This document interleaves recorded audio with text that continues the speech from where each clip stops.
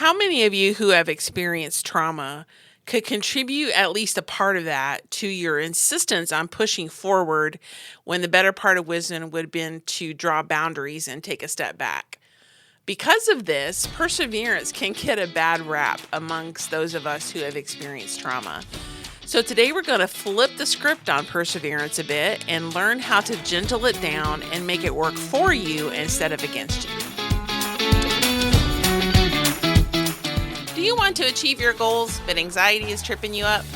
Like to keep those fun weekend plans, but depression has you canceling again?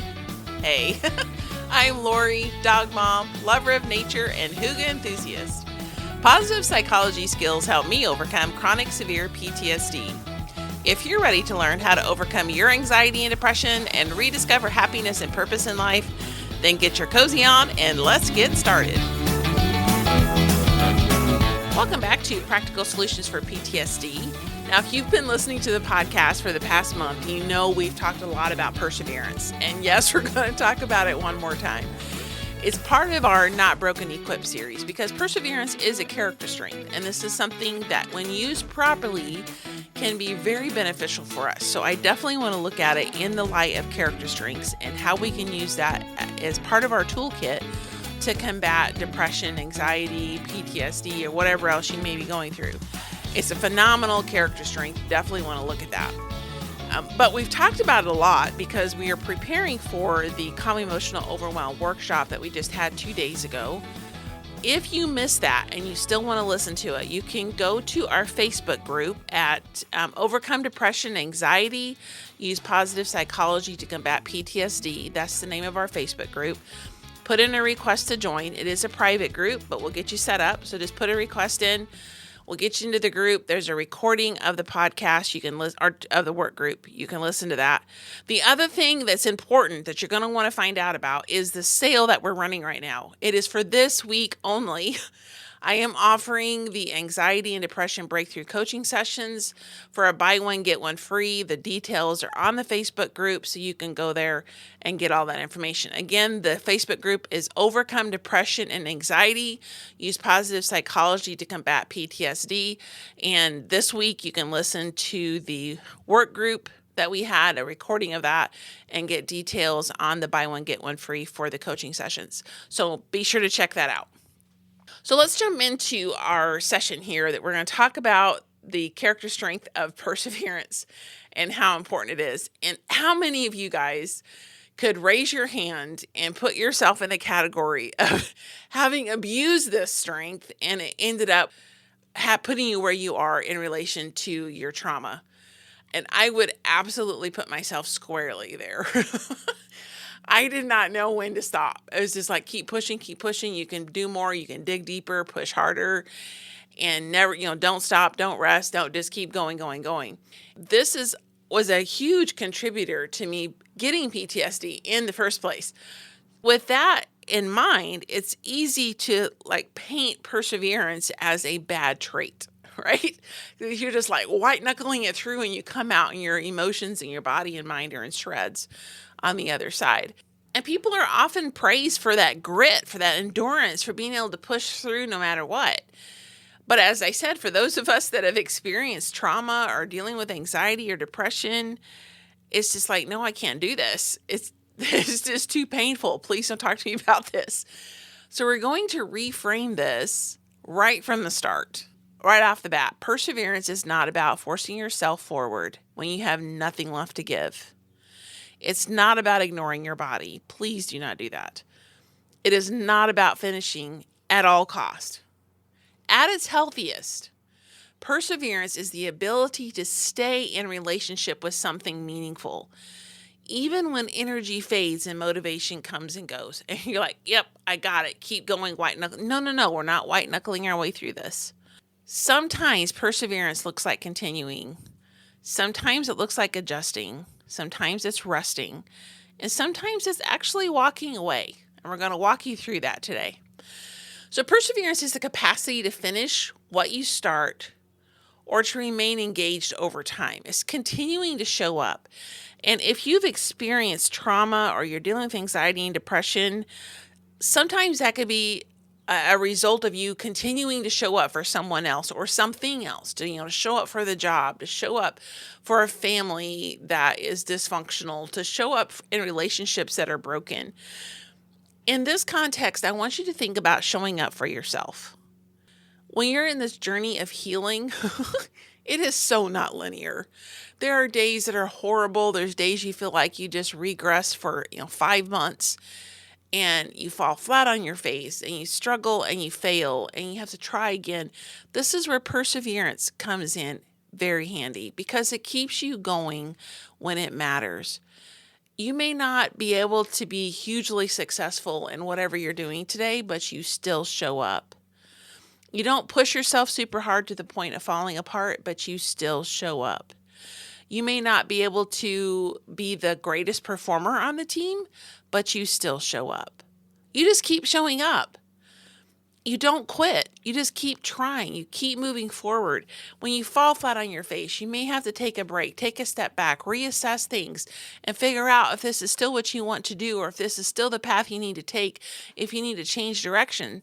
But you still show up for yourself in the healing process.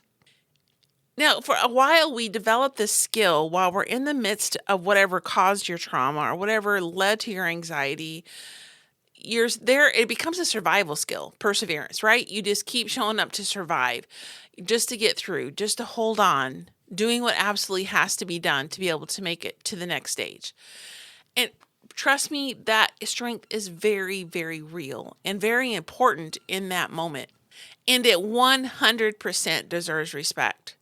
But perseverance does not require constant effort. It includes pacing, reassessment, and rest. I know, novel concept, right? Who would have thunk it? But true perseverance is not rigid. It's responsive. It adapts to the situation. Adaptability in the midst of perseverance. So in everyday life, perseverance often looks less dramatic than we imagine. It might look like returning to routine after a setback. And folks, I know this can be really difficult. I still struggle with this. But when you have routines that work for you, even when you go through a setback and it puts you back a couple steps, 3 steps, 5 steps, going back to the routine that helped you is part of what perseverance looks like in recovery. Continuing therapy or healing work even when progress feels slow, especially in today's society where everything is instant. We have Instapot, we have microwaves, we have, Uber's here in a second. We order from Amazon and it's here the next day. In an instant world, sometimes it's hard to understand that things take time, and healing is one of them. And you can go to therapy. I highly recommend it. If you need it, please do so. But it takes time to heal. It doesn't happen overnight, whether it be mentally, emotionally, physically.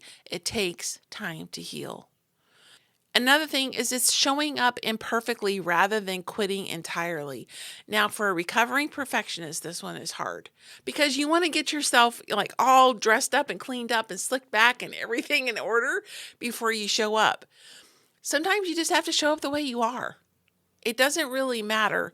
You just have to show up and not quit entirely. It may not be perfect. It probably won't be. That's okay. You're still showing up. You do not quit entirely. You're still trying, even when that effort feels very broken and limited. Here's a really, really big one. Perseverance looks like taking breaks, then starting again. Sometimes you just need to take a breath. It may not be the right thing to move forward in that particular area for that moment. In a relationship, you're working in a relationship, you've been trying really hard, you've been putting out the effort. Sometimes the best thing you can do is to step back and just let things marinate. Maybe you both need a little bit of breathing room and some space, and then you could come back refreshed and renewed and try again. And just for a very, very practical example, you could be involved in a heated debate / argument / fight, and things are getting heated and a little out of control, and maybe things are being said that aren't really meant. And you just put a pause on it and say, okay, we can have this conversation later. We can finish it later. But right now I need to walk away and just cool down and process some things. And then I can come back. And it might be the next day, it might be the next week, it might be a month, whatever it is, you come back because you're persevering and you work through the situation, you repair the relationship, you move forward. So sometimes perseverance looks like taking a break and then starting again. For people with anxiety, perseverance may mean staying with uncertainty rather than seeking immediate relief. And that can be hard because the whole point of anxiety is you want that security and that safety. But sometimes when there's a part of you that knows this is the right thing to do, regardless of how you feel, you just stick with it. And knowing that the long term is better than getting immediate short term relief. For people with depression, perseverance may be getting through the basics of the day without self-judgment.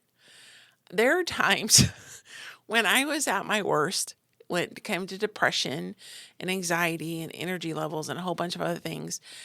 This was in the COVID era, and before and after, actually, I was already working at home some due to health reasons.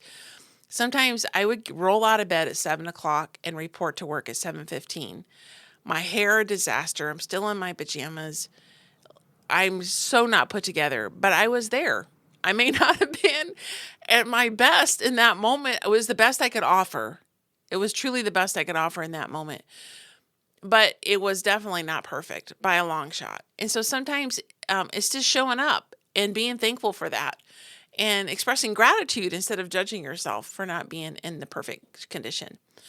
For seasonal depression, perseverance often looks like maintaining a gentle rhythm through darker months, knowing that your energy will return later. So not expecting yourself to perform at your high energy levels, knowing that you're going to be producing less, performing less, engaging less during those months, and being okay with that. It's all right. I'll be back my full speed later. Just give me this moment.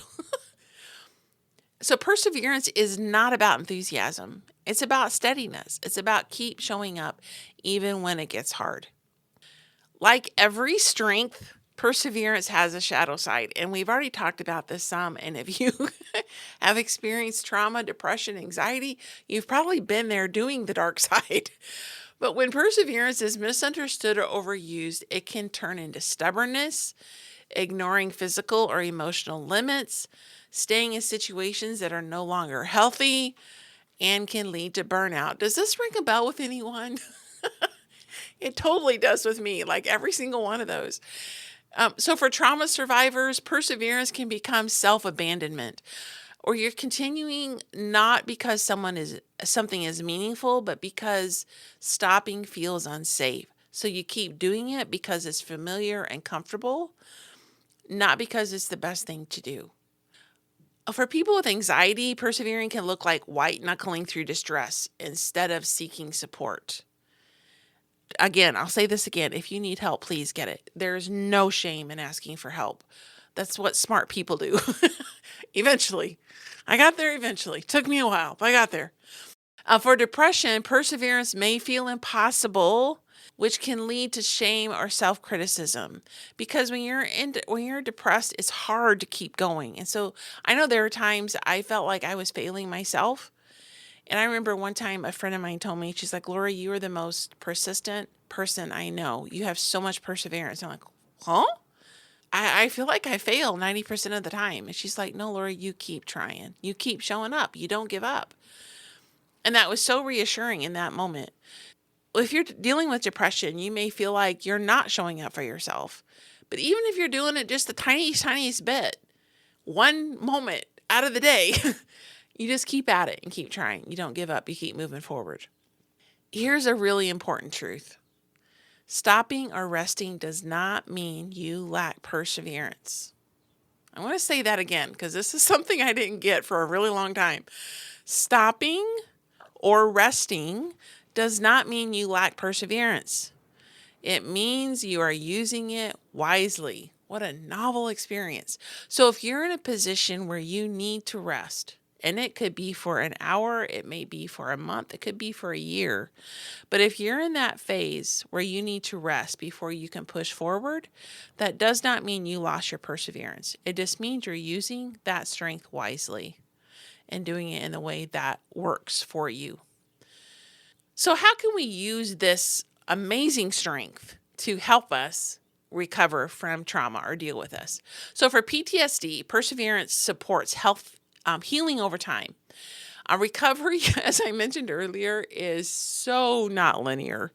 And so perseverance allows you to keep returning to safety even after setbacks. So when you have those safe routines, it helps you to return to them. It helps you to persist in discovering them and establishing them when you need them. So for anxiety, perseverance helps you to tolerate discomfort in small, manageable doses. Keyword there is manageable, rather than needing immediate certainty.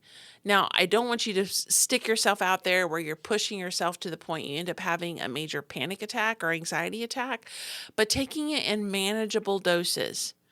So you know that you make it you a little anxious, but it's not going to push you over the edge, just a manageable dose, then that's where perseverance comes in. For depression, perseverance may look like staying connected and caring even when hope feels thin.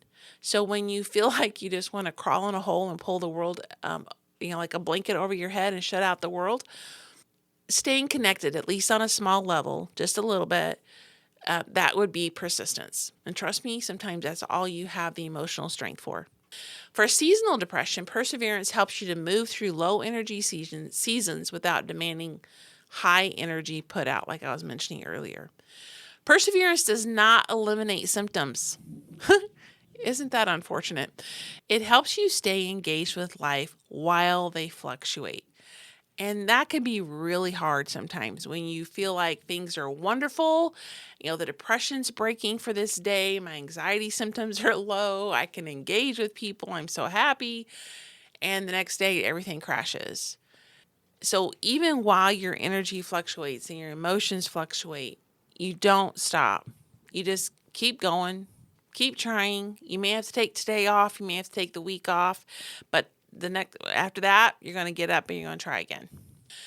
So let's talk about how to support perseverance without burning out. And again, a lot of us use perseverance the wrong way and ended up in this place in the first place. So we want to learn how to do this the right way so that we don't end up back in the bad place again. Number one is rest strategically. So rest is not a reward for perseverance. Have you ever heard this? I'll rest when it's done. Or, I'll sleep when I'm dead. Well, you're going to get dead a lot sooner if you don't learn to sleep. Rest is not a reward for perseverance. It is part of it. If you can rest and restore the mind and body, you will be better able to show up for the people who need you and for yourself on a more consistent basis if you rest. So plan rest as intentionally as you plan your effort. This one I am so totally preaching at myself. I have a hard time sometimes prioritizing rest the way I need it, but it is so, so, so important. And I'm learning more and more and more about that. So rest strategically. Number two is reassess goals regularly. Ask yourself, does this still matter to me? And you may have had this goal that you've been working towards or you set for yourself and you start striving for it and you realize partway through, I don't really care about this anymore. Adjusting your goals is not quitting. It's aligning yourself to what's truly important to you. Now, one time I had a goal in my career to be the civilian equivalent to a 2-star general. I never achieved that goal, and I couldn't care less. I am so not interested in being a civilian equivalent to a 2-star general. It does not matter to me at all. So if I were to continue to press forward with that because I set the goal and I'm going to achieve it, I'm going to be faithful, I'm going to persevere, that's just silly. So taking some time to reassess those goals and to align them with my current passions and desires in the direction I feel like my life should take, that is wisdom. Number 3 is break task into survivable steps. Another thing I'm not always very good at. Perseverance grows when tasks feel possible, not overwhelming. So if you take a big task and break it up into small chunks and then just persevere after those small chunks, it makes it a lot more manageable and not so overwhelming. This is something I continually have to work on, but every time I do it and do it successfully, I'm telling you it works. It really does work. Celebrate continuation, not completion. Now, this is not one of those, it's all about the intentions and not about the output type thing, because results do matter. But sometimes the goal that you're trying to achieve is so far away and can sometimes be outside of your control that just the fact that you're showing up and you don't quit and you keep trying really does matter. And it does make a difference. So like if you're trying to heal, come back from broken health or recover from PTSD, break free from anxiety, manage your depression, all of these, it takes time. And sometimes some of that is somewhat out of your control, but you keep showing up. You keep showing up and you celebrate the fact that you're continuing. Celebrate the fact that you haven't given up on yourself. Celebrate the fact that you're still showing up for the people that love you. So perseverance is not about never stopping. And I know, double negative. It's about knowing when and how to continue. So it isn't about, I'm going to keep pressing and keep pressing. I'm never going to stop. It's taking the time and using some wisdom and knowing when and how to continue to strive for your goals, or if you need to change your goals. As we close, remember this. Perseverance is not about how much you can endure. It's about how you stay with yourself over time. If your pace is slowed, that doesn't mean that you failed. It may mean that you're listening to yourself. Woo, kudos. If you're tuning into your mind, your body, your heart, your spirit, and you know that you need to slow down and you do it, key point there that you actually do it, that is a win. And then I want to end with this reflection. What's one area of your life where perseverance might look like gentleness rather than force? You don't need to act on it today. Just notice what comes up. And once again, what's one area of your life where perseverance might look like gentleness rather than force? And with that, I'm going to wish you all a happy weekend, and I will see you back here next week. Quick reminder, join the Facebook group to find out all the details on the buy one, get one free sale we're running right now. Look for Overcome Depression and Anxiety. Use positive psychology to combat PTSD, and you'll find all the deets there. Hey, my friend, I hope you enjoyed today's episode. If so, would you please take 30 seconds and share it with someone you know who may be struggling with depression and anxiety? Also, would you please leave a quick review for the show?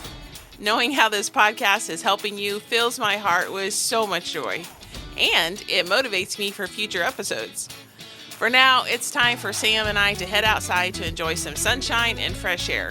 We'll see you back here on Tuesdays and Thursdays for more great episodes.